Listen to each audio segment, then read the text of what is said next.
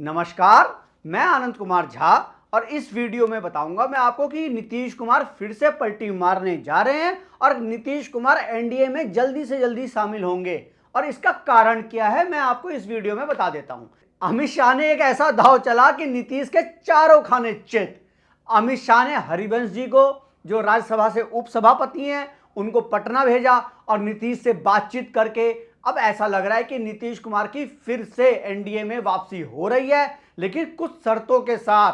तो ये शर्त क्या होंगे ये भी मैं आपको इस वीडियो में बताऊंगा। और इस वीडियो में मैं आपको ये भी बताऊंगा कि नीतीश कुमार चीफ मिनिस्टर रहेंगे या नहीं रहेंगे, और एनडीए के साथ जो इनकी बातचीत होगी कितने सीटों पे होगी और कब इनकी जो है वापसी होगी।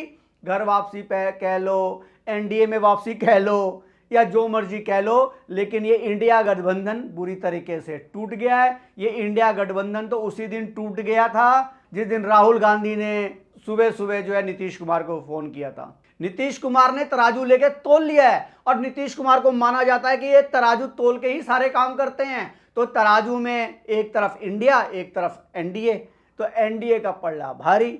और उनके जो खुद के अपने सांसद हैं नीतीश कुमार के, वो भी यही चाहते हैं कि नीतीश कुमार जो है बीजेपी में शामिल हो जाए या बीजेपी के साथ गठबंधन कर लें, और उनको जो है आरजेडी से कोई फायदा नहीं होने वाला। आरजेडी से मिलने के बाद उनको सिर्फ नुकसान ही नुकसान है, क्योंकि जो स्टेटस नरेंद्र मोदी का है वो लालू प्रसाद यादव का तो नहीं है। और नीतीश कुमार के कानों में इसलिए भी जूं रेंग रही है, या नीतीश कुमार इसलिए भी परेशान हैं। तेजस्वी हो गए, लालू प्रसाद यादव हो गई, लालू प्रसाद यादव की धर्मपत्नी जी हो गई, सबका ईडी का समन आया हुआ है, कब तक भागेंगे।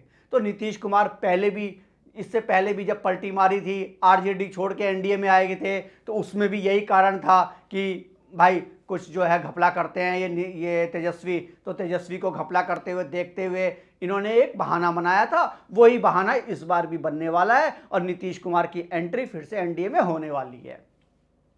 सबसे पहली बात तो ये खबर आ रही है कि 13 जनवरी को बेतिया में नरेंद्र मोदी का बहुत ही बड़ा जो है विशाल रैली थी, वो कैंसिल कर दी गई है। और वो कैंसिल सिर्फ इसलिए किया है कि नीतीश कुमार ने बोला है कुछ टाइम दे दो हमें सोचने के लिए। बीजेपी की शर्त है कि इस बार जो गठबंधन होगा उसमें या तो दो शर्तें आप में से किसी एक को भी आप मान लोगे तो शर्त गठबंधन में किसी भी तरह की दिक्कत नहीं होगी, इजीली गठबंधन हो जाएगा। तो शर्त क्या है? पहली शर्त यह है कि चीफ मिनिस्टर बीजेपी का होगा। और अगर आप इस पे भी तैयार नहीं हो तो इस विधानसभा को कैंसिल कर दो, इस विधानसभा को रद्द कर दो, विधानसभा को सस्पेंड कर दो, नई तरीके से वोटिंग हो 2024 के इलेक्शन के टाइम पे ही। वैसे भी 2025 में इलेक्शन तो होना ही है बिहार में, उससे पहले 2025 में यहाँ पे इलेक्शन हो जाए और उसमें जिसकी ज़्यादा सीटें आएंगी वो जो है सरकार बना लेगा।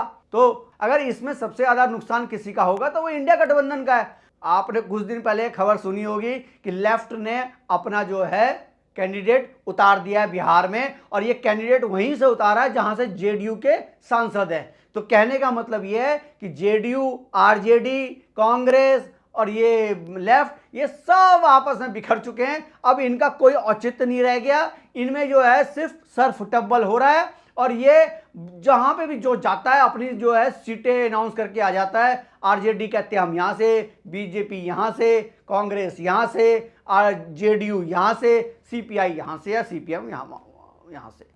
तो इस तरह के जो गठबंधन हो रहा है तो इसमें सबसे ज़्यादा फायदा बीजेपी को ही दिख रहा है। बीजेपी के पास सबसे बड़ी चीज़ है कि उनके पास जो है मोदी जैसा लीडर है। कांग्रेस के पास कोई लीडर ही नहीं है, कांग्रेस के पास या लेफ्ट के पास या इंडिया गठबंधन के पास कोई लीडर ही नहीं है। लालू जी में अब वो बात रही नहीं पुरानी वाली कि वो हंसी ठिठोला करके जो है लोगों को बेवकूफ़ बना दें। जीतन राम मांझी ने भी ये संकेत दिए हैं कि 14 तारीख के बाद नीतीश कुमार एनडीए में शामिल हो जाएंगे, और उन्होंने जो है थोड़ा टाइम मांगा है। ये 13 तारीख की जो रैली कैंसिल हुई है जो नरेंद्र मोदी बेतिया में करने जा रहे थे, अब ये रैली 22 तारीख के बाद होगी, या जब भी 22 तारीख के बाद ही होगी।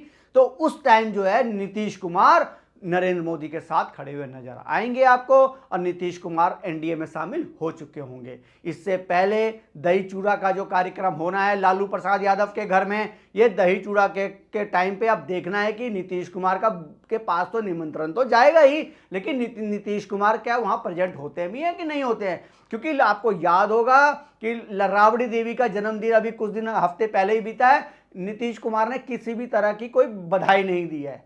सबसे इंटरेस्टिंग बात यह है कि जो इस बार जो टीचर का जो अपॉइंटमेंट लेटर मिलने वाला है वो नीतीश कुमार ने शिक्षा मंत्री को हटा के, शिक्षा मंत्री ये जो अपॉइंटमेंट लेटर नहीं देंगे, वो देंगे डीएम। तो नीतीश को और शिक्षा मंत्री जो हैं वो आरजेडी से आते हैं। तो इस तरह के जो संकेत मिल रहे हैं और ये साफ साफ संकेत दे रहे हैं कि नीतीश कुमार पलटी मार चुके हैं और वो एनडीए में शामिल होंगे। और मैं अपने पिछले वीडियो में बोलता था कि उनको जगह नहीं मिल रही पलटी मारने के लिए, लेकिन अब मुझे थोड़ा थोड़ा संकेत लग रहा है कि नीतीश कुमार पलटी मार देंगे और उनको जगह थोड़ी थोड़ी मिलने जा रही है। जिस तरीके से अमित शाह ने खेल किया है, और ये अमित शाह का खेल है, तो ये आप मान के चलिए कि अगर बिहार में इंडिया गठबंधन टूटा तो ये नेशनल स्तर पे ये इंडिया गठबंधन का कोई औचित्य नहीं रह जाएगा। ममता बनर्जी तो बात ही नहीं करना चाहती राहुल गांधी से, इंडिया गठबंधन से या खड़गे से। तो इंडिया गठबंधन बंगाल में है ही नहीं, इंडिया गठबंधन बिहार में होगा ही नहीं। इंडिया गठबंधन का सिर्फ एक ही जो है थोड़ा बहुत अगर इंपैक्ट पड़ेगा तो महाराष्ट्र में पड़ेगा। तो एक महाराष्ट्र में भी 48 सीटें हैं, उस 48 सीटों में इंडिया गठबंधन का अगर इंपैक्ट पड़ता है तो ये देखना है कितना पड़ता है। अभी भी बीजेपी के सांसद वहां पे सबसे ज्यादा हैं। और मोदी का जो है इस बार जो है जो प्राण प्रतिष्ठा होनी है 22 जनवरी को, उसके बाद क्या माहौल जो बदलेगा तो वो महाराष्ट्र में भी इसका इंपैक्ट पड़ेगा या महाराष्ट्र के लोग भी जो है इसमें मोदी का साथ देंगे, ये देखने वाली बात होगी। तो अब ये मान के चलिए कि नीतीश कुमार पलटने वाले हैं और नीतीश कुमार एनडीए में शामिल होने वाले हैं। अमित शाह ने एक बॉल पे दो छक्के लगा दिए।